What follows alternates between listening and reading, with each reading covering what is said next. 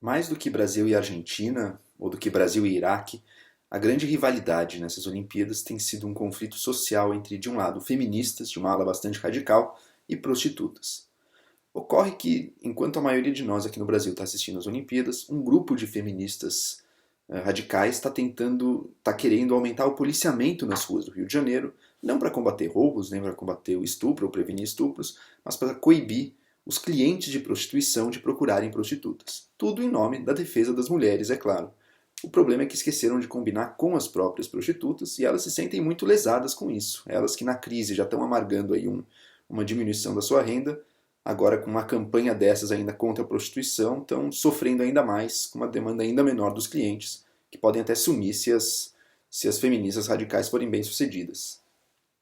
Muitas vezes trazem o argumento de que no fundo o combate é a prostituição infantil ou a escravidão sexual, mas no fundo não. No fundo o problema mesmo, o cerne do problema está na própria relação normal de prostituição, que é vista como uma expressão do poder do patriarcado, uma forma dos homens dominarem as mulheres, uma forma do homem objetificar a mulher, e o próprio desejo do homem que vai para a prostituta é um desejo objetificador e mau enquanto tal, portanto. Não sei como é que elas veriam a questão de que, tudo bem, os clientes de prostitutas, em sua grande maioria, são homens, mas tem muitos clientes de prostituição que vão a homens também, né? Clientes homossexuais. Será que na situação do prostituto que atende a gays também tem jogo aí o domínio do patriarcado? E se não, por que é tão diferente se vai para um tipo ou vai para o outro? Assim, o que muda nessa relação? Enfim, mas eu acho que menos importante do que discutir isso é olhar para o caso, para a situação da própria prostituta, que, independente de juízos morais que a gente possa fazer, ou da leitura política que a gente possa fazer, do ponto de vista dela, ela está melhor oferecendo aquele serviço e se oferecendo na prostituição do que ela está nas alternativas que ela tem à sua disposição. Tá?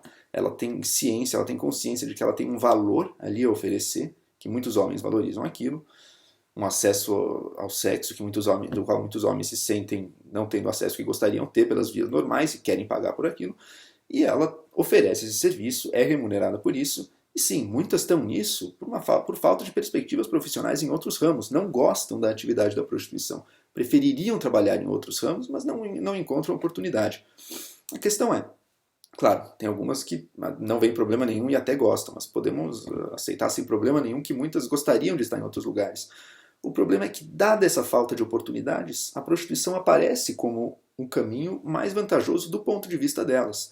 E você apenas condenar aquele caminho e limar aquele caminho, proibir aquele caminho, sem oferecer nada em troca, você está condenando essa mulher a uma situação pior do que aquela em que ela própria gostaria de estar. Tá? Amargando o desemprego, amargando a falta de renda ou uma renda muito mais baixa do que ela tem oferecendo o serviço de prostituição dela. Tá? Então, muita gente gosta de falar que meu corpo, minhas regras, para o caso das mulheres. Bom, então sejamos consistentes com isso. Se a pessoa que é contra a prostituição estiver disposta a pagar para a prostituta aquilo que ela ganharia nos seus programas, fazendo outra coisa, perfeito. Na verdade, se tivesse disposto a fazer isso, nem precisaria proibir nada. A maioria delas já iria aceitar essa outra oportunidade. Mas se não está, então proibir é simplesmente tirar algo sem dar nada em troca. Tirar uma oportunidade sem dar nenhum benefício em troca. E daí sim, você está realmente piorando a situação dela, por melhores que sejam suas intenções, isso nem vem ao caso, você está piorando objetivamente a vida dela, tirando dela possibilidades que ela teria, que ela gostaria de estar utilizando.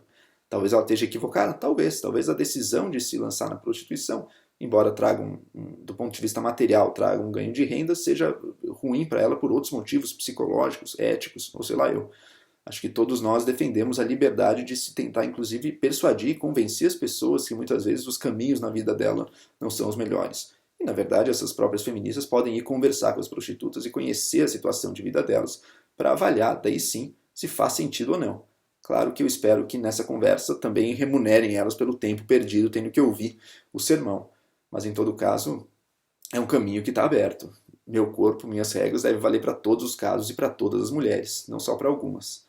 É curioso, na verdade, que esse feminismo bastante radical acabe reproduzindo, no que diz respeito ao sexo e à sexualidade humana, o mesmo tipo de pensamento, mentalidade e práticas repressoras que o cristianismo no passado perpetuava e praticava.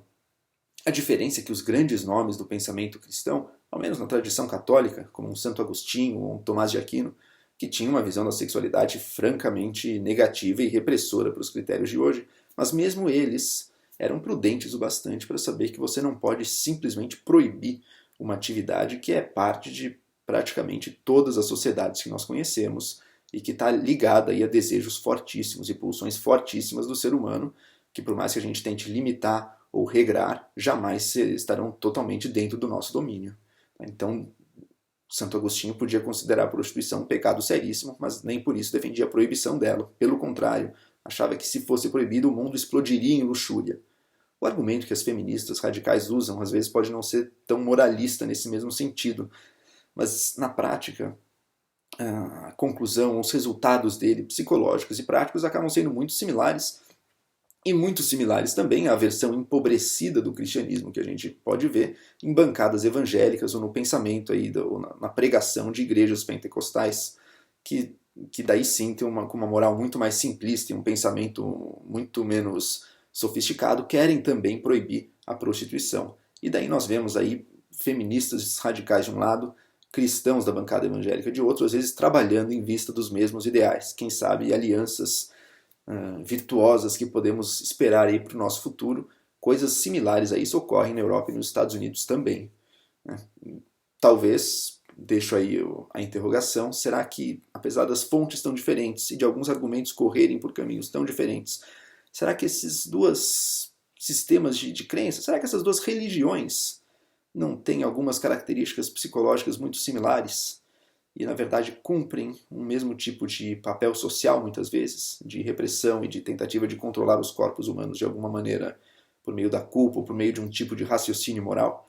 Enfim, é uma indagação que eu deixo aí e me parece bastante preocupante que uma ideologia, uma religião, um sistema de crenças, ou como quer que a gente chame, que diga querer defender e proteger os interesses das mulheres e livrar as mulheres da opressão, acabe na prática contribuindo para a piora objetiva de vida de tantas mulheres, sem se dar o menor trabalho de entender a situação delas e de pensar em criar alternativas positivas, aí sim, oferecer algo melhor, ao invés de apenas proibir o bem, por menor que seja, a que elas têm acesso.